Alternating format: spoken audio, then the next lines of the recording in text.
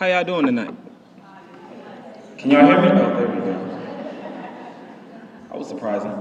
My name is DC Moore, and I have some poetry pieces that I would like to perform for y'all. The first one is called Freedom, with a question mark at the end. So I guess it would be freedom, something like that? All right.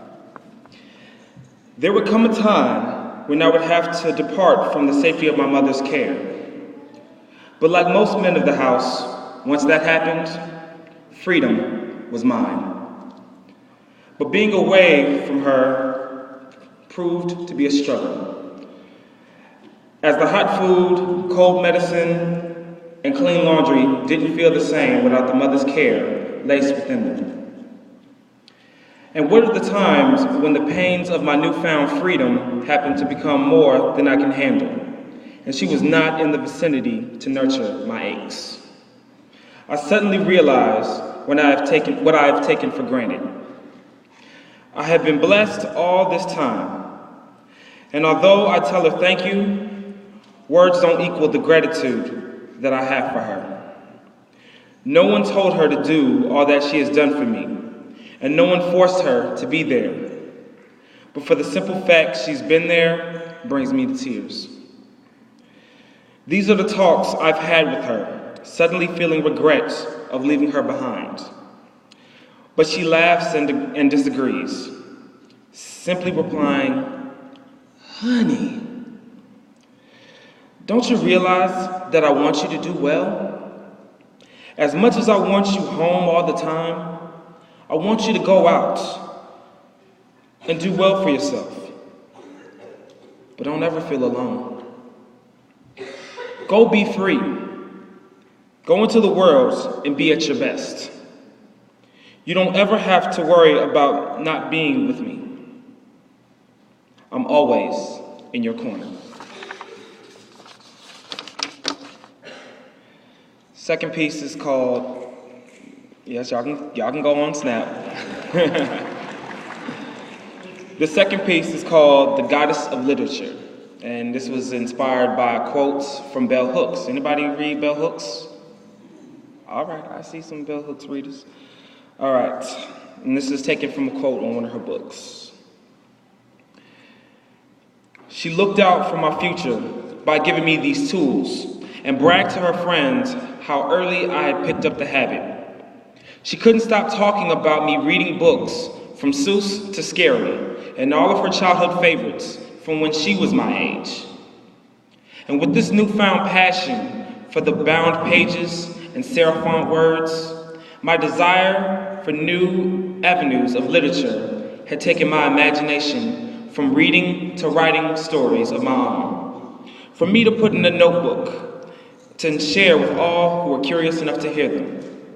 Now at 23, many have sought to take what 19 years of reading has done for me, eagerly waiting for me to drop another story, pen another poem, and scribe another song for them to find out what happens next to my characters, and what limits I'll break, and what I'm willing to share with them from my past and put down on lines.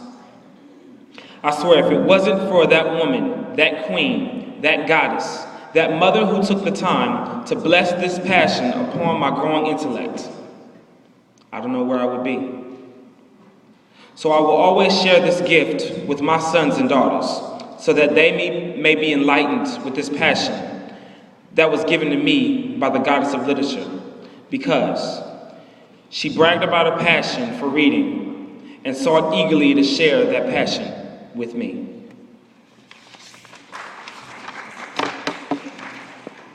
This last piece is not really something I've written, but it was something that really touched my soul. It is a song called I Should Be Sleeping, and I just wanted to read the verses because, one, there's all this nostalgia within the piece, and it just, you just think about how much your mom has influenced you, and it doesn't really hit you until you're grown. And just knowing that your mom is always going to be there for you whenever you need her. So, tiptoeing to the kitchen, PJs with the feet on, and when I walk, it's like chick. Mama catch me, and I'm finished. But I'm on a secret mission for some chips, and I ain't lying down until I get them. Twist the doorknob slow so she don't hear the clicking, and peek into her room to make sure that she ain't listening. All I see is the light reflected from the TV hooked on Finest infomercial, so I'm guessing that she's asleep. Then I make my move, on my stomach crawling past the room. Oh man, I just knocked down the broom. Alright, stay still. I gotta be quiet, because if she catch me, guaranteed my behind is getting whipped. So I just ran for it, threw all caution to the wind, and once I got there, she was putting away the last dish. She gave me milk and cookies and kissed me on my head and said, all right, now take your behind back to bed. She's right. I should be sleeping. What went on in my room? Demolition versus Legion of Doom, Emmett's Comics, Ninja Turtles, Super Mario 2. On my door, my felines and Nikes up under my bed, mad posters on my wall, Wu-Tang, and I would stay up late to watch the flicks on Cinemax with no volume and my finger on the remote to change it quick. Watch Tales from the Crypt and Apollo with Sinbad, and after that play Mega Man X and NBA Jam. I'm reminiscing, tripping off the dreams I used to have. I wake up in cold sweats over the nightmares about my stepdad. Moms would walk into my room and kiss me on my forehead. It's all right. Now take your behind the bed. She's right. I should be sleeping. And now I'm all on my own. Sometimes I can't believe that I'm grown. Seems like yesterday I was 15 years old. Now the world is so cold and all you got is your goals. Every night I sit at home and feel like I want to fold, because sometimes independence really equals alone.